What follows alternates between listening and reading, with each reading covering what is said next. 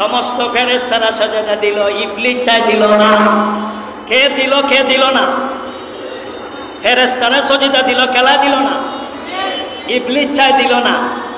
এই আয়াতে দুনিয়াতে কিছু মানুষ আছে বুদ্ধিজীবী, এরা ইসলাম বেশি বুঝে। এই বেশি বুঝন্যার দলেরা কয় আদম আলাইহিস সালামকে ফেরেশতারা সাজদা দিছে আল্লাহ ছাড়া।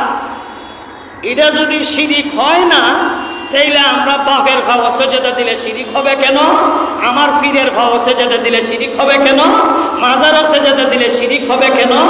আমি আব্বা এবং বাবা, মা বাবা ভাও সাজদা দিলে শিরিক হবে কেন? আমার উদ্দেশ্য তো আল্লাহর ইবাদত করা না, আমার উদ্দেশ্য সম্মান দেওয়া। দেখছেন কেমন শিক্ষিত পণ্ডিত। এই পণ্ডিতে কইলটা কি? আপনারাই বলেন, এই ঘটনা কি দুনিয়ার জগতের ঘটনা? কোন জগতের? জান্নাতি জগতের। এই জান্নাতি জগতের এই যুক্তি আইনা দুনিয়া ফিট করছে কেরে? দুনিয়ার মধ্যে সব আছে, গুনাহ আছে। জান্নাত সব গুনাহ আছে নি? জান্নাত সবও নাই, গুনাহও নাই, নেকিও নাই, গুনাহও নাই। তাহলে আচ্ছা আপনারাই বলেন, যেই যুগে যেই জগতে নেকিও নাই, গুনাহও নাই, এই জগতের জিনিস আইনা এই জগতে ফিট করলে হবে? এই জগতে ফিট করলে হবে? তাহলে আপনারা এটা বুঝা লাগেন। আপনাদেরকে কিছু বন্ড আছে, এরা আপনাদেরকে বুঝাইয়া আপনাদের ঈমান লুণ্ঠন করতে পারে, আপনাদেরকে মুশরিক বানাইতে পারে। আদম নবীকে সেজদা দিলে যদি শিরিক হয় না, তাইলে আমি আমার বাঘের ভাও সেজদা দিলে শিরিক হবে কেন? আমার পীরের ভাও সেজদা দিলে শিরিক হবে কেন? এই জাতের কিছু ফসা যুক্তি আমাদের বাংলাদেশে কিছু বন্ড আছে। দেয়নি না? দেয় না? এরা সত্যি পীর না বন্ড?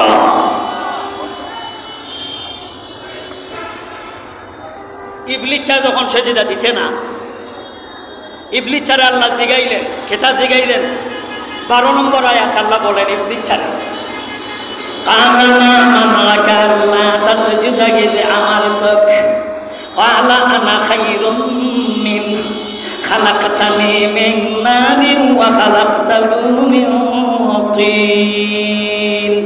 ইবলিস চাকে আল্লাহ বলেন, ওরে ইবলিস চা, আমি আল্লাহ আদেশ দিলাম সেজদা দে। আমি আল্লাহর আদেশ সেজদা দেওয়া থেকে তোকে বারণ করলো কে? আমি আল্লাহ আদেশ দিলাম সেজদা দে। আমি আল্লাহকে সেজদা দেওয়া থেকে তোকে নিষেধ দিল কে? আল্লাহ মা মানাকা আল্লাহ আল্লাহ তাসজুদা গিয়ে আমার তো আমি আল্লাহ তোকে আদেশ দিলাম সেজদা দে, তুই সেজদা দিলে না কেন? এই ইবলিস চায় কয় আল্লাহ আমি সেজদা দিব না। কে না করছে? আমার মনে না করছে। খেলা না করছে মনে। কেন লেগে? বলে আমাকে আপনি সৃষ্টি করেছেন আগুন দ্বারা। আগুনের স্বভাব হলো উপর দিকে যাওয়া। আপনি যাকে সেজদা দেওয়ার আদেশ দিয়েছেন তারে সৃষ্টি করছেন মাটি দ্বারা। মাটির স্বভাব হলো নিচু হওয়া। আমি উঁচু জাতে নিচু জাতরে আমি সেজদা দিয়া সম্মান জানাইতাম। এটা তো যুক্তে ধরে না। আনা খাইরুম মিনহু, আমি তো চাইতে শ্রেষ্ঠ। খালাকতানি মিন নার, আপনি আমাকে সৃষ্টি করেছেন আগুন দ্বারা। ওয়া খালাকতাহু মিন তিন, তাকে আপনি সৃষ্টি করেছেন মাটি দ্বারা। আসজুদু লিমান খালাকতা তিনা, যাকে আপনি মাটি দ্বারা সৃষ্টি করেছেন আমি কি তারে সেজদা দিব? আল্লাহ বলছেন সেজদা দে। হে যুক্তি বের করছে। তাহলে সর্বপ্রথম যুক্তিবাদী যারা, এদের হেডমাস্টারের নাম হইল ইবলিস। তাহলে যুক্তিবাদীদের হেডমাস্টারের নাম কি? মিস্টার ইবলিস। এ ওই যুক্তিদার করাইছে। তাহলে যুক্তি দিয়া যারা ইসলামের বিরোধিতা করে, যুক্তি দিয়া যারা কোরআন বিরোধী কাজ করে, যুক্তি দিয়া যারা মাদ্রাসা বিরোধী কাজ করে, যুক্তি দিয়া যারা উলামায়ে কেরামের বিরোধিতা করে, এদের গুরু হলো শয়তান। এরা হলো শয়তানের ছেলেপেলা। যুক্তি দিয়া ইসলাম চলে। তাহলে যুক্তির হেডমাস্টার খেলা, যুক্তির হেডমাস্টার হলো ইবলিস। এ যুক্তি দিয়া কয় আমারে সৃষ্টি করছেন মাটি দিয়া, হেরে সৃষ্টি করছেন মাটি দ্বারা, আর আমারে সৃষ্টি করেছেন আগুন দ্বারা। আমি তাকে সেজদা দিব কেন? তখন আল্লাহ বলেছিলেন তোমার ৮০,০০০ বছরের ইবাদতি 1 মিনিটে শেষ। কয় হাজার বছরের ইবাদত? 80,000 বৎসরের ইবাদত কয় মিনিটে শেষ? 1 মিনিটে শেষ। কয় গুনার কারণে? একটা গুনাহ। আল্লাহ শুধু আদেশ দিছে সেজদাতে, এই সেজদা দিছে না, এটাই হইল অপরাধ। একটা কয়টা? কয়টা? একটা অপরাধ করার কারণে যদি, একটা আদেশ লঙ্ঘন করার কারণে যদি, একটা আদেশ অমান্য করার কারণে যদি 80,000 বৎসরের ইবাদতি নষ্ট হয়, নিজেকে নিজে জিজ্ঞাসা করেন কত হাজার আদেশ আমরা আল্লাহর লঙ্ঘন করতেছি। তাইলে আল্লাহ আমরারে কি করার কথা? আল্লাহ আমরারে কি করার কথা? হে কয়টা লঙ্ঘন করছে? আর আমরা কত হাজার আদেশ লঙ্ঘন করতেছি। রোজা রাখতাছি না, হজ সামর্থ্য আছে করতাছি না, যাকাত সামর্থ্য আছে দিতাছি না, নামাজ পড়তাছি না, দাড়ি কাটতাছি রাখতাছি না। দাড়ি কাটন না লোক আমরা বাংলাদেশও নাই, এটা কোন আপনারা? কত আদেশ আল্লাহর অমান্য করতাছি। আল্লাহ কি পরিমাণ ফিতনা দেওয়ার কথা আমরা রে, কিন্তু ভাববা দেখেন একবার, এই একটা আদেশ লঙ্ঘন করছে কয়টা? আর আমরা আল্লাহর অগণিত আদেশ লঙ্ঘন করতেছি। বুঝা লাইন সামনে কোথায় আছে আর একটু কঠিন। ইবলিস থেকে আল্লাহ বলেন বাইর বাইর বের হ বের হ। আল্লাহ ইবলিস ছাড়ে আদেশ দিলেন ফাখরুজ ইন্নাকা মিনাস সাদিরিন, বাইর তুই পাপিষ্ঠ, বাইর তোর উপর আমার লানত, তুই অভিশপ্ত, বাইর। লা আতাকাব্বারা ফিহা আতাকাব্বারা ফিহা, এটা বেদাগিরির জায়গা না, এটা অহংকারের জায়গা না, এটা বাহাদুরির জায়গা না, এটা বেদাগিরির জায়গা না। বাইর বাইর বাইর বের হ। বের হওয়ার সময় আল্লাহকে বলতাছে, আল্লাহ আমি তো জীবনে আপনার কাছে কোনো জিনিস চাবো না, চাইলেও পাবো না, চাইতামই না, চাইলেও পাইতাম না, এটা জানি। তবে যাওয়ার সময় কয়েকটা জিনিস ভিক্ষা চাই, দিবেননি। আপনার কাছে জীবনে কিছু চাইতাম না, আপনার কাছে জীবনে আমি কিছু কইতাম না, যাওয়ার সময় আপনার কাছে আমি কয়েকটা জিনিস ভিক্ষা চাই। আল্লাহ বলেন কি চাই? আল্লাহ দিব।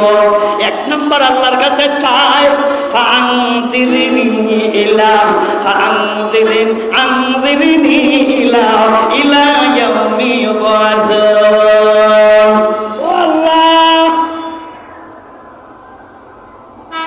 কিয়ামতের আগ পর্যন্ত আমার হায়াত তারা লম্বা করে দেলাই। কিতা চাইছে? কিতা চাইছে? মানে হে মরত না, যতদিন পর্যন্ত দুনিয়া থাকবে, যতদিন পর্যন্ত দুনিয়াতে আদম সন্তান বেঁচে থাকবে, আল্লাহ এতদিন পর্যন্ত তুমি আমার হায়াত তারা লম্বা করে দিলাও। আল্লাহ বলেন ইন্নাকা মিনাল মুনজারিন, তোর আবদার মঞ্জুর, যা তোর হায়াত লম্বা করে দিলাম। তাইলে যারা পাপের কাজ করে এরা সহজে মরে না। খেল্লাকে মরে না জানেননি? এরা হইল ইবলিস আর খালাতো ভাই। আর খালাতো ভাই যারা গুনার কাজ করে, নামাজ পড়ে না, রোজা রাখে না, দাড়ি রাখে না, বাটপারি করে, দুর্নীতি করে, এদের হায়াত লম্বা। কেল্লাকে লম্বা? কারণ এরা সভাপতি ওরুরি মরণ নাই। এরা সভাপতি খেলা মিস্টার ইবলিস আর হায়াত কতদিন? কতদিন? আল্লাহরে কইতাছে আনযিরনি ইলা ইয়াউমি ইউবআসুন ফাইন্নাকা মিনাল মুনজারিন। আল্লাহ বলেন তোর আবদার মঞ্জুর। আল্লাহ যখন তার আবদার মঞ্জুর করে লাইছে, এখন আল্লাহকে বলতাছে, আল্লাহ আমি তো একটা অপরাধের কারণে আজকে লাঞ্ছিত, অপদস্থ, অভিশপ্ত। কয়টা অপরাধ? একটা অপরাধের কারণে যেহেতু আমি লাঞ্ছিত, অপদস্থ, তাইলে আমিও তার বংশধরে দেখা দিয়াম। কার বংশধর? কার বংশ? আদম আলাইহিস সালাম। কিন্তু দেখেন এটার নাম হচ্ছে বাটপারি, এটার নাম হচ্ছে শয়তানি। বাপের সাথে পারছে না, পুতের সাথে লাগে। তার সাথে এই বাটপারে আব্বার সাথে পারতে না, লাগছে আমরার সাথে। এখন আল্লাহরে কয় আপনার আত্মীয় স্বজন, আপনার ছেলে মেয়ে এদেরকে আমি দেখা দিয়াম। এ দেখবো কারে? বাপরে না আমরা রে? আমরা রে।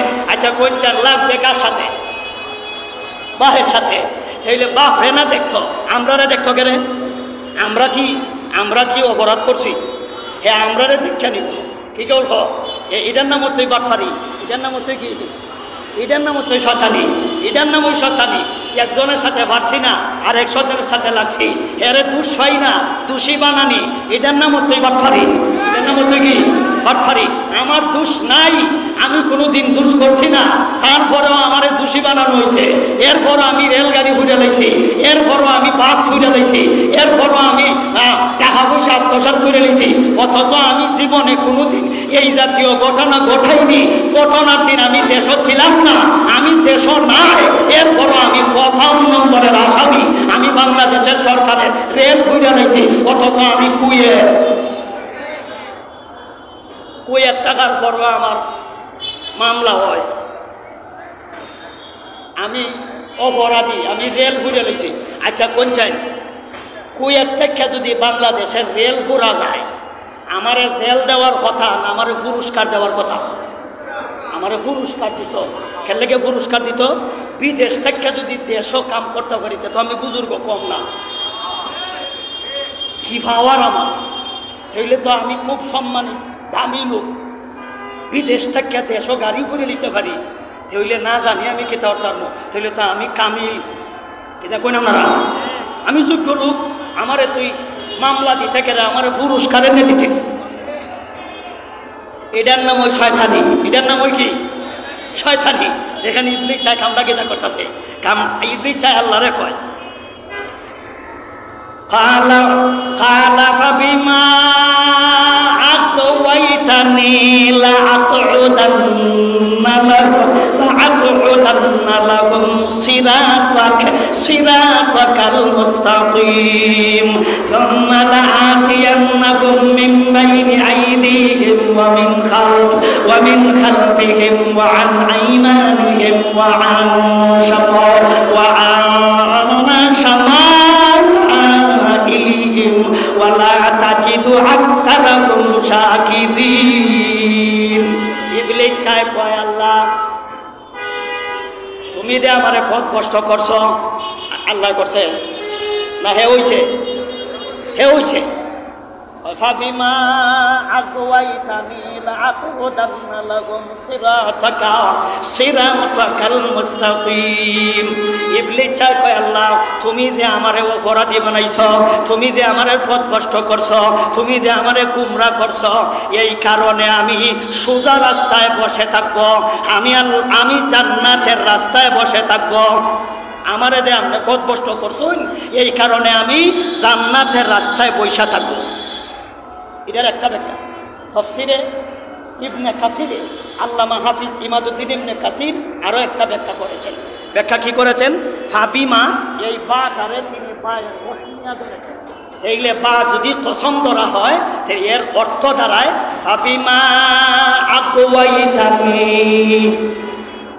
যেই রব আমাকে পথভ্রষ্ট করেছে ওই সত্তার কসম, পথভ্রষ্টতার কসম।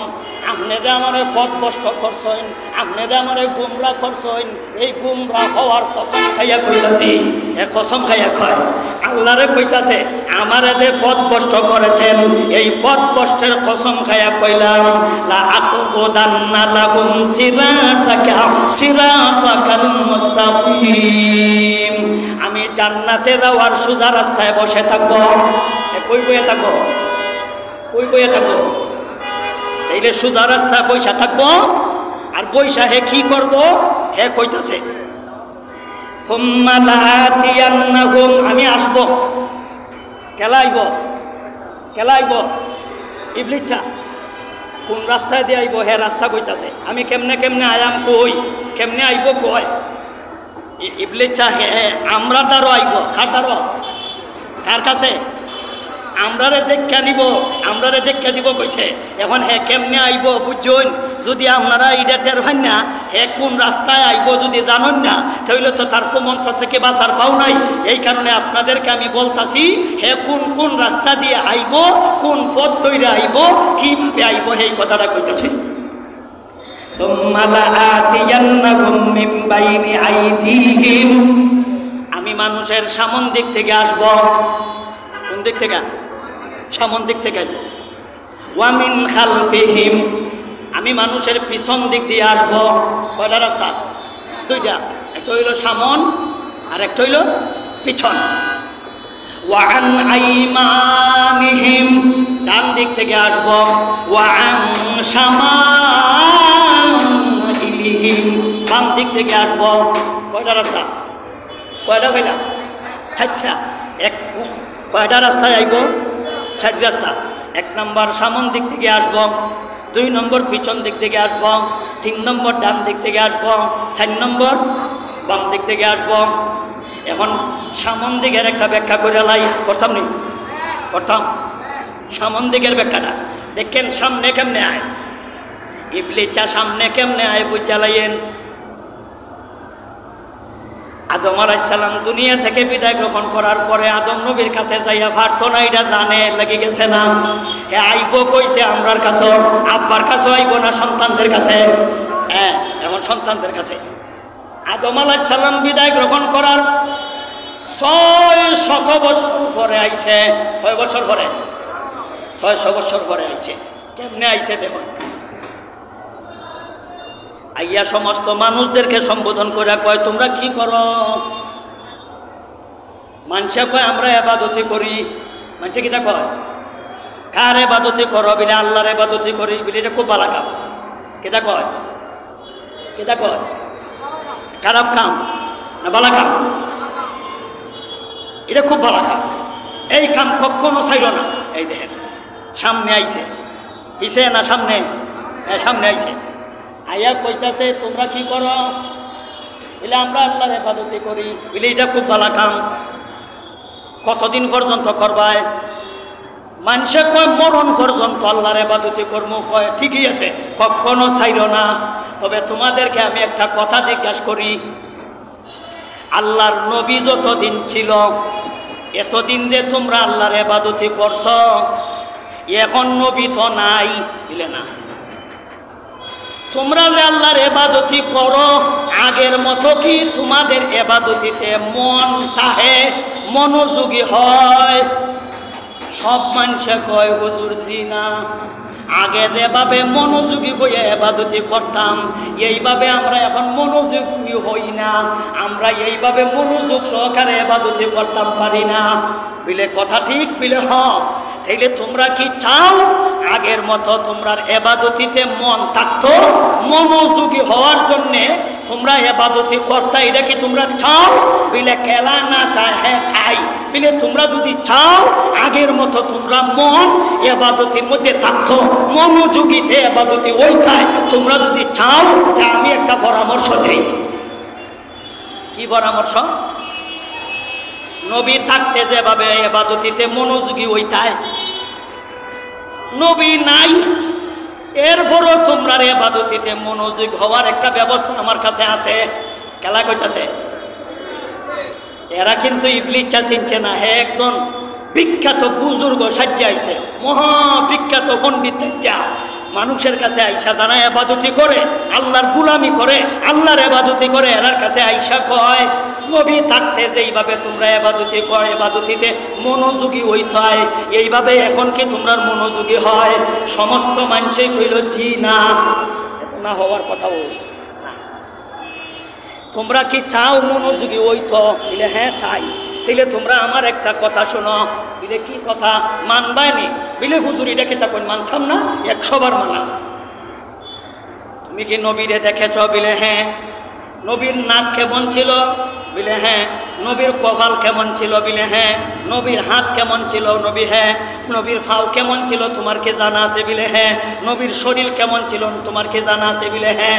নবীর খান কেমন ছিল তোমার কে জানা আছে? বলে হ্যাঁ। আমরা নিজের চোখে নবী দেখেছি, অনেক নবী চলে গেছেন, প্রত্যেক নবী রসুলের চেহারা সুরত আমার জানা আছে। বলে একটা কাম করো, তুমি যেইভাবে তোমার চিন্তাধারা, যেইভাবে তুমি জানো, যেইভাবে তুমি বুঝো, তোমার নবীর সুরত এই ছিল, খানটা এইরকম ছিল, নাকটা এইরকম ছিল, হাতটা এইরকম এইরকম ছিল, হাওটা এইরকম ছিল, ফ্যাটটা এইরকম ছিল, মাথাটা এইরকম ছিল। তোমাদের যদি জানা থাকে তাইলে হুবহু ফাকর দ্বারা কিংবা তো মাটি দ্বারা এইভাবে একজন নবীর ছবি বানাইলাও, এইভাবে একজন নবীর প্রতিচ্ছবি বানাইলাও, এইভাবে নবীর একটা মূর্তি বানাইলাও, এইভাবে নবীর একটা ভাস্কর্য বানাইলাও। আর ভাস্কর্যটারে রাখলে তোমরা মনে করবে ইবাদতি যখন করো তখন তোমরা তোমাদের নবীর সামনে রাইখা যদি তোমরা ইবাদতি করো তাহলে ইবাদতিতে মনোযোগী হইতে পারবা, মনোযোগী হইতে পারবা। এই হইল পৃথিবীতে ভাস্কর্যের আবির্ভাব, এই হইল পৃথিবীতে দেবতার আবির্ভাব, এই হইল পৃথিবীতে দুর্গার আবির্ভাব, এই হইল পৃথিবীতে আপনার ভাস্কর্য কই, দুর্গা কই আর আপনার প্রতিমা কই, এই হইল সর্বপ্রথম আবিষ্কার হয় কার পরামর্শে? কার পরামর্শে? দেবতার ইবাদতি করার লাগিয়া না ইবাদতিতে মনোযোগী হওয়ার লাগিয়া? আপনারাই কই দেবতারে সজিদা দিবার লাগিয়া না আল্লাহরে সজিদা দিত? ইবাদতির মনোযোগীর লাগিয়া, ইবাদতির মনোযোগীর লাগিয়া। এই ইতিহাস দ্বারা আপনারা কি বুঝলেন? ভাস্কর্যের সর্বপ্রথম আবিষ্কারক কে? ইবলিস। আজকের ইতিহাস যদি আপনারা বুঝতে থাকেন তাইলে পরামর্শটা খেলা দিছে কেন দিছে? ভাস্কর্যের ইবাদতির লাগি, দুর্গার পূজার লাগি, দুর্গার ইবাদতির লাগি, প্রতিমার ইবাদতির লাগি না আল্লাহর ইবাদতিতে মনোযোগীর লাগি? আল্লাহর ইবাদতিতে মনোযোগীর লাগি। আসলে ভাস্কর্যের ইবাদতির লাগি নয়, দেবতার ইবাদতির লাগি নয়, দুর্গার ইবাদতির লাগি নয়, দুর্গার পূজার লাগি নয়, বরঞ্চ ইবলিস পরামর্শ দিছিল তোমাদের নবীর ভাস্কর্য সামনে রাখবা আর আল্লাহর ইবাদতি করবা মনোযোগের জন্য সামনে রাখবা। এখন ইতিহাসটা বুঝতে থাকলে বলেন দুনিয়ার মানুষ ভাস্কর্য আবিষ্কার হয় কেন? দুর্গা আবিষ্কার হইল কেন? এখন বুঝলেন। আসুন একটু সামনে যাই, অসুবিধা হইতেছেন আপনারা, আর একটু সামনে যাই।